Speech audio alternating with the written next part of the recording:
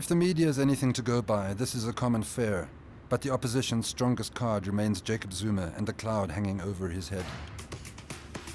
PM Live on SAFM. In the headlines, DA leader Helen Zille may approach the Constitutional Court if there is a cover-up in the corruption case of Jacob Zuma. The ANC has to do something to clear Zuma's name before the election, and here it comes. I see Business Day this morning carrying a front-page lead saying the Zuma team has various taped conversations underlining their view that there was political interference in his case. In the midst of this furor, we got a call from ANC headquarters, and now we're on our way to a luxury hotel in the bush to see Zuma. We were hoping for a scoop about the spy tapes, but Zuma wasn't having any of it. In that respect, our interview was over very quickly. In interest of clarity, there's a question I must pose to you. I understand that your legal team recently submitted some important new evidence to the prosecuting authorities. Can you tell us about this? No, I can't tell you because that, as you know, that's a business of the lawyers who made the submissions. I mean, most analysts in South Africa feel that these charges that have dogged your life for the last 7-8 years are about to be withdrawn against you. The trouble is that this might be a Pyrrhic victory because there's a certain kind, if these things just go away, there's a certain kind of cynic who's still going to continue to believe that you're guilty. How do you clear your name? Well, that I can't do anything about. The fact of the matter is I'm not guilty. And that was about it for the day's burning issues. We spent the rest of the interview chatting about Zulu culture.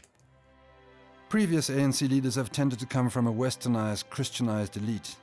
Thabo Mbeki, for example, grew up under the hand of a mother who used to warn him that if he neglected his schoolwork, he would wind up like these people, by which she meant the uneducated peasants. Zuma, on the other hand, is unabashedly fond of all things African, and when he speaks to the rural masses, he sounds entirely unlike any previous ANC leader.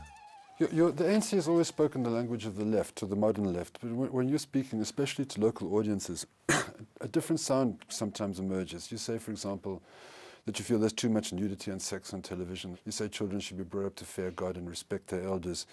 And you've even at times hinted at that you'd consider restoration of the death penalty. Now, what do you say to sort of westernized liberals who get uncomfortable about these ideas? I think it's an old problem.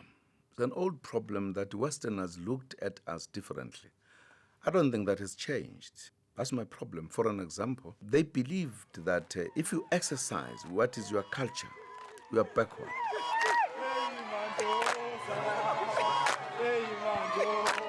Zuma doesn't give a damn about looking backward.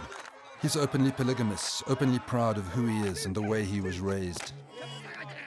It was absolutely wonderful.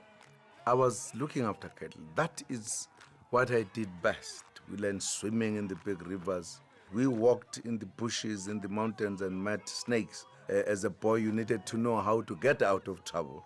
We fought little faction fighting with the boys of the other areas. What we call in Zulu, the man-making.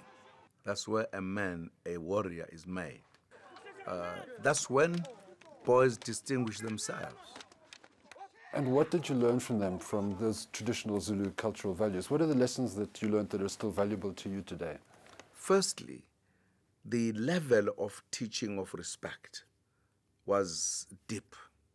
To respect others, to respect the elders, how to do things that men ought to do.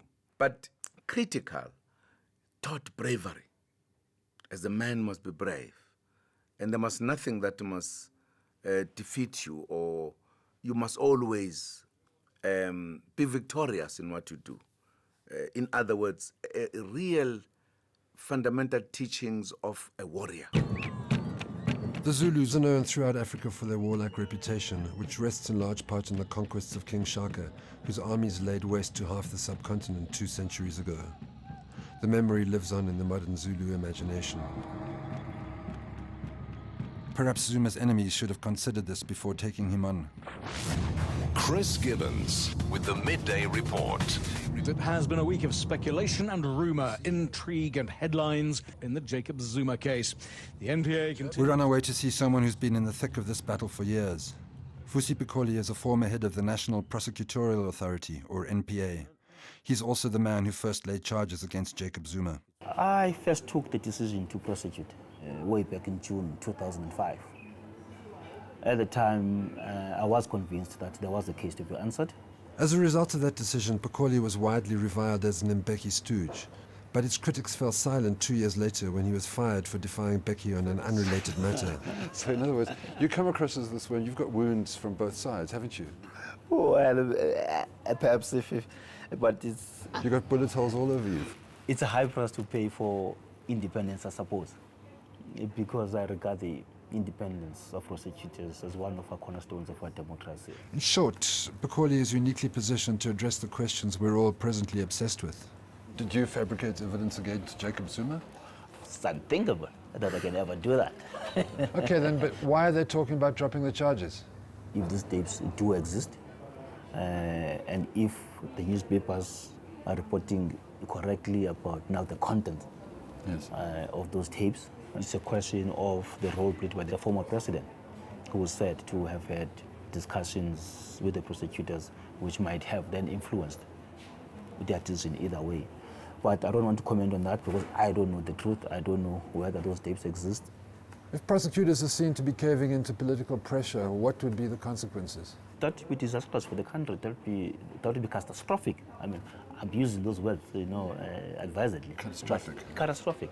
Because, I mean, look, the entire criminal justice system, will really be destroyed. You want to create a situation that says that all is equal before the law. This is the essence of democracy. Making headlines, it's bated breath for the NPA's Zuma announcement. Stephen, really, there's only one big election story today, and that's what happens with the NPA, isn't it? And that's all everyone wants to talk about is today's announcement. It really changes the complete tone of these election campaigns. It's fascinating stuff. From Al Jazeera, we're going to the NPA for the press conference. Thanks very much. The moment of truth has finally come. Half the country thinks Zuma is about to be let off because prosecutors are too scared to stand up to him or his party. The other half thinks a diabolical plot is about to be exposed. The stakes couldn't possibly be higher. The man of the moment is Mokotedi Mpshe, acting head of the NPA. I stand before you today to announce the most difficult decision I ever made in my life. The painful facts that I'm about to put before you have serious implications for the integrity. Mpshe went on to unveil the famous spy tapes, which were apparently given to Zuma's lawyers by a sympathetic secret agent. They showed that this man, head of the agency investigating Zuma, was taking orders from this man, a millionaire businessman known to be one of Thabo Mbeki's closest associates. The spy recordings fell short of proving that Zuma was framed, but they did show that an outsider was manipulating the timing of Zuma's court appearances to make sure that they suited Mbeki's political agenda. As far as Mpshe was concerned, that was fatal.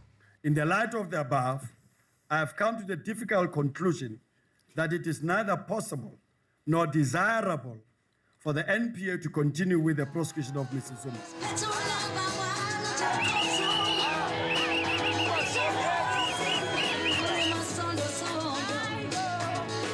It was, oddly, a decision that suited almost everyone. The ANC claimed its hero had been vindicated, opposition leaders were given a new campaign issue, and I wound up, as usual, not knowing what to think. There's something that should be said here. All this goes back to the day when a legion of European arms dealers turned up on our shores, eager to do business with the ANC. In the process, faceless ANC leaders and their business cronies pocketed around $100 million in under-the-table commissions.